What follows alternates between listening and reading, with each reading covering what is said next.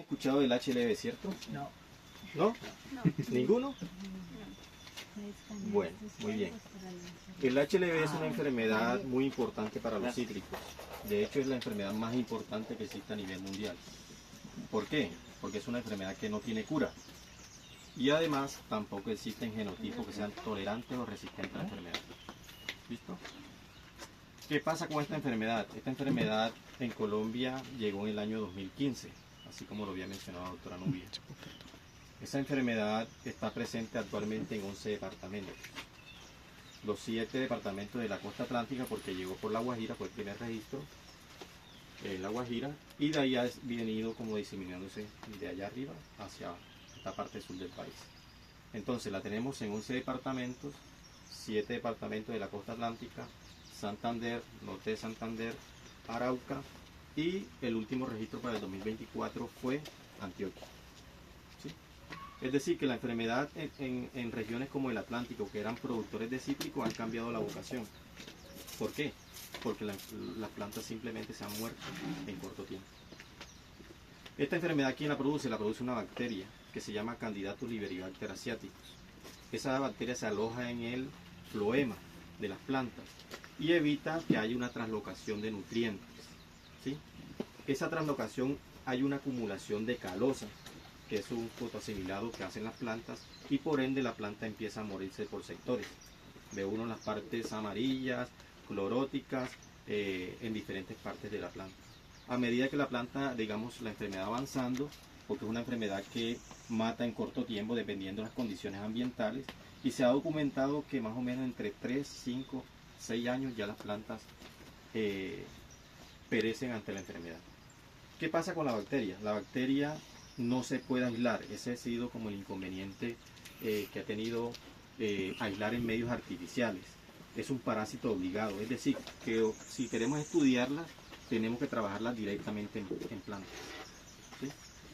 Esa bacteria se aloja en el floema, como lo digo, y tapona esos gases vasculares y hace que existan algunos síntomas que uno pueda reconocer en la planta. Uno de esos síntomas, y el más característico, es que cuando uno, digamos, tiene una hojita de cítricos, ve que hay un moteado. Un moteado significa unas manchas cloróticas o amarillas que no son uniformes, sino que pueden estar en la parte de arriba y no en la parte, digamos, del limbo del otro lado de la lámina de la hoja. Sí, no es uniforme, como ocurre, digamos, con un síntoma de deficiencia, digamos, por zinc. Usted ve que hay partes cloróticas en la hoja. Cuando uno tiene la hoja y la divide por la mitad, ven que en las dos mitades ocurre lo mismo. Acá no, acá, digamos, hay manchas cloróticas en la parte de arriba o pueden haber en la parte de abajo. Eso es un síntoma característico que se llama moteado asimétrico. ¿Sí? Ese es un síntoma característico que nos pueden dar un primer indicador de que tenemos una enfermedad llamada HLB. Además, existen las nervaduras. Aquí hay una pequeña ilustración. Si pueden ver la hojita como es, el patrón de coloración no es uniforme. Es decir, existen partes en la hoja verdes y partes amarillas que no son uniformes. Entonces, ¿podemos tomar una foto? Sí, señor. Por favor, gracias. Otro síntoma de esta enfermedad es que las nervaduras, tanto principal como secundarias de la hoja, se engrosan. ¿Sí? Se engrosan, se vuelven un poquito más gruesas. Y otro síntoma muy característico es que los frutos se vuelven arriñonados, pequeños, deformes. Cuando uno parte un fruto por la mitad, ve que tiene una forma de riñón. ¿Sí? Tienen esta forma arriñonada y las semillas son inviables. La mayoría de semillas son inviables y el fruto carece de valor comercial. ¿Sí? O sea que no se puede comercializar porque tiene un sabor amargo. Ese ha sido y no tiene jugo. ¿Sí? Quedan pequeños.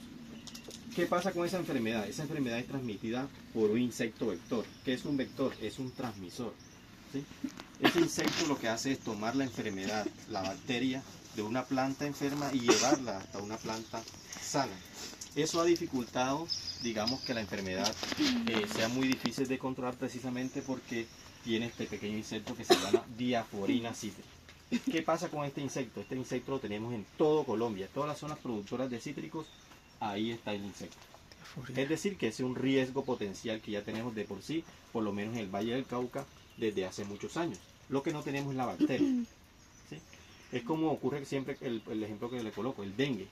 El dengue, habrán algunos mosquitos que están infectados con el patógeno y al momento de tomarlo, digamos, de una persona enferma, lo lleva hasta una persona sana. Eso mismo ocurre aquí con Diaforina cítrica. Lo tenemos presente, pero no tenemos la bacteria que causa el HLV. Entonces de ahí el riesgo de traer material de siembra o trasladar material de cítrico desde la zona norte del país a esta zona que está libre aún del HLV. El manejo del HLV se ha fundamentado en Colombia en 3 pilares prácticamente. Uno, erradicar las plantas que ya están enfermas, que ya tienen síntomas porque no tienen cura. Y además si producen, esos frutos no tienen valor comercial. Segundo, el programa de certificación que la doctora Nubia nos está comentando. El programa de certificación es muy importante porque eso nos permite que las plantas que llegan a nuevos cultivos, a nuevos predios, vayan sanas, por lo menos ya vayan sanas.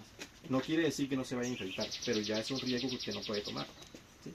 Entonces, el programa de certificación es muy importante. De ahí siempre el llamado a que los productores, digamos, siempre obtengan material de siembra de viveros registrados ante el ICO con material certificado. ¿Listo? Y el tercer pilar para el manejo de la enfermedad es el manejo del vector, Diaforina.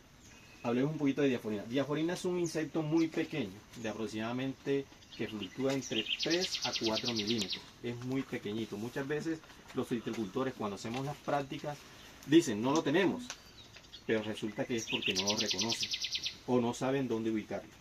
¿Listo? Ese pequeño insecto, principalmente, digamos que su ciclo biológico siempre son los brotes tiernos. Si usted tiene predios de cítricos, la mejor forma de usted ubicarlos en sus predios es directamente a brotes tiernos. Es brotecitos tiernos, ahí ocurre su ciclo de vida. Y su ciclo de vida va desde huevo hasta un insecto adulto. Y este ciclo puede durar más o menos entre 15, 18, 20 días, dependiendo de las condiciones ambientales. Entre mayor sea la temperatura, el ciclo se acorta. Porque recordemos que los insectos ¿cómo son los insectos? Que dependen de la temperatura ambiental o del ambiente para que su ciclo biológico se dé, ¿cierto?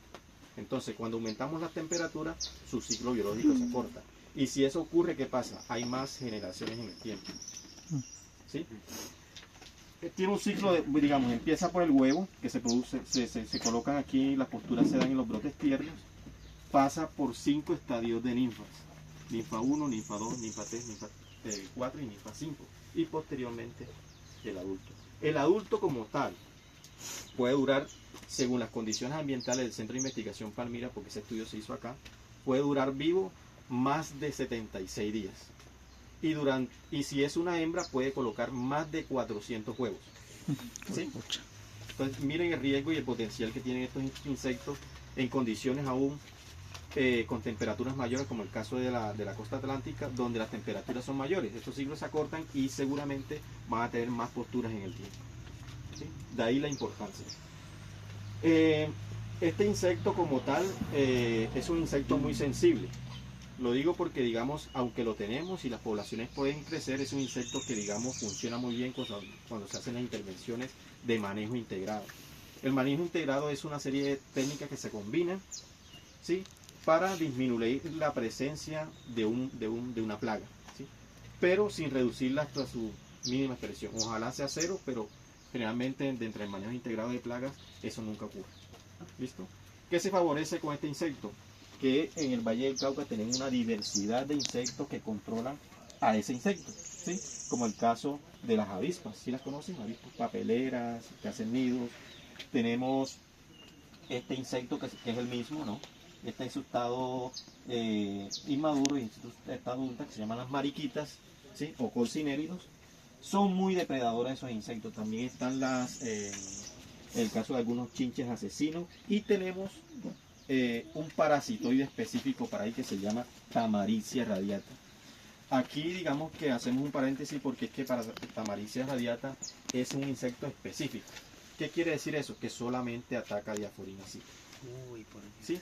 Y de ahí nosotros también hemos creado un incremento de ese parasitoide precisamente para hacer las liberaciones en lotes de productores. Lastimosamente la cría y mantenimiento de ese insecto es muy caro, ¿ya? Y no hay, digamos, como que la forma de que el productor pueda acceder digamos, comprando, como ocurre, digamos, con otras, como el caso de las crisopas, que uno compra 2.000, 3.000, 4.000 crisopas. Este insecto es muy caro producir. Por favor, me repite el nombre del... Tamaricia radiata. Tamaricia Radiata.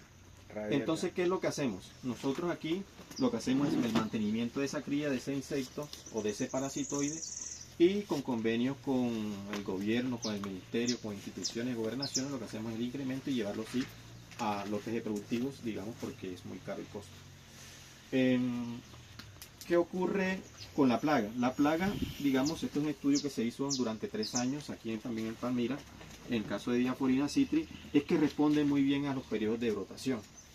Ya eso es un indicativo de que, digamos, si uno conoce nuestro cultivo, ya de por sí uno puede hacer un control efectivo, especialmente cuando prevé de que hay ciclos de brotación vegetativa. Esos brotes tiernos pues son ciclos muy puntuales. Además de eso es que esos ciclos vienen acompañados de que cuando hay lluvias, seguramente dentro de 15, 20 días va a haber brotación vegetativa nueva. Eso es indicativo de que podemos hacer los manejos correspondientes en su momento. Y además de esta fauna también existen el desarrollo de algunos entomopatógenos. Un entomopatógeno puede ser un hongo, puede ser una bacteria o puede ser cualquier otro microorganismo que ataca ese insecto. En el caso de Metarrhizium, Beauveria bassiana, hay una diversidad de microorganismos que también son favorables para el ataque de Diaphorina citri. ¿Sí? Digamos que todo este esquema de tanto de entomopatógenos como insectos funciona muy bien en zonas como la de nosotros, que todavía no tenemos una enfermedad. Pero en zonas donde ya tenemos enfermedad, el manejo sí o sí del insecto vector debe ser químico, porque las poblaciones hay que reducirlas lo que más se puede. ¿Sí? No sé si existen preguntas adicionales. ¿Sí?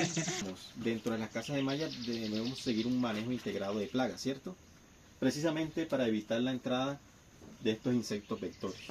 En casas de malla no deben haber insectos vectores, como el caso de Diaphorina citri, que transmite el HLV, el caso de Toxophthora citricide y Afigo citri, que transmiten el CTB de los cítricos o tristeza de los cítricos, el caso del ácaro de la leprosis, que es un ácaro que transmite un virus que se llama el virus de la leprosis, que se llama, el ácaro se llama, bueno, se escapó el nombre, Breviparpus yotersi, que se llama el ácaro que transmite la leprosis de los cítricos. Ese tipo de vectores por ningún motivo deben estar presentes en casa de malla. Para eso se hace una vigilancia constante, semanalmente se hacen monitoreos a través de 2 formas. Una de esas formas es el monitoreo directo. Uno generalmente lo que hace es en cada casa de malla seleccionar plantas al azar y revisar la planta con lupas entomológicas o con este tipo de aparatos que se llama multivisores, que son los que utilizan para relojería, ¿cierto? Uno se coloca esto, como se puede ver acá en la imagen, y empieza a revisar brotes o plantas dentro de la casa de malla. Ese es un método directo y lo hacemos semanalmente, ¿sí? Otro método que utilizamos es el método con trampas amarillas, como pueden ver acá, ¿sí? Trampas amarillas. Estas trampas amarillas son algo costosas, por lo cual nos toca dividirlas en 2, pues son de 20 por hacerlas rendir. Sale una trampa, esta sale más o menos a 3.000, 4.000 pesos, muy caro.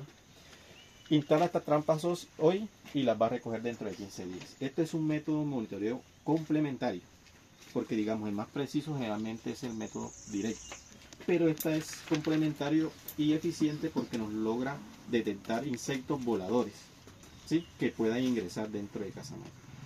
Otra cosa muy importante es que en casa de malla no los sitios de aun cuando se toman todas las medidas que se puedan tomar, siempre hay algunos insectos que se adaptan muy bien a esas condiciones.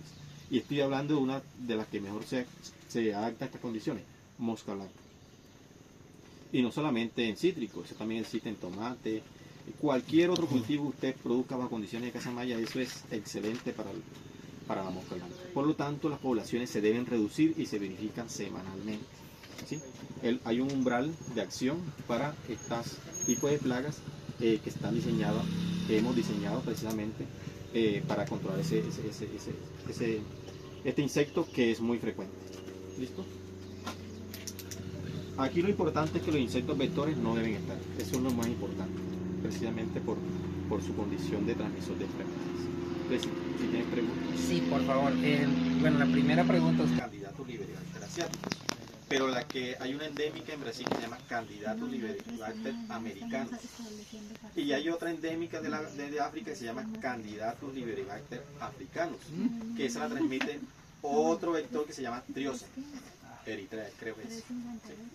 Afortunadamente, bueno, afortunado o desafortunadamente nosotros tenemos una sola bacteria, pero desafortunadamente tenemos como la más agresiva. ¿Sí?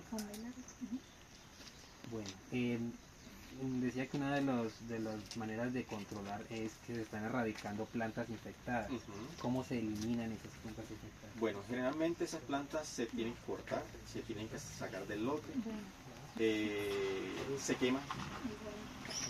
Se queman y el estolón, o sea, la parte radicular se debe también sacar y quemar, erradicar. ¿Ya? Muchos también optan por enterrarlas. ¿Sí?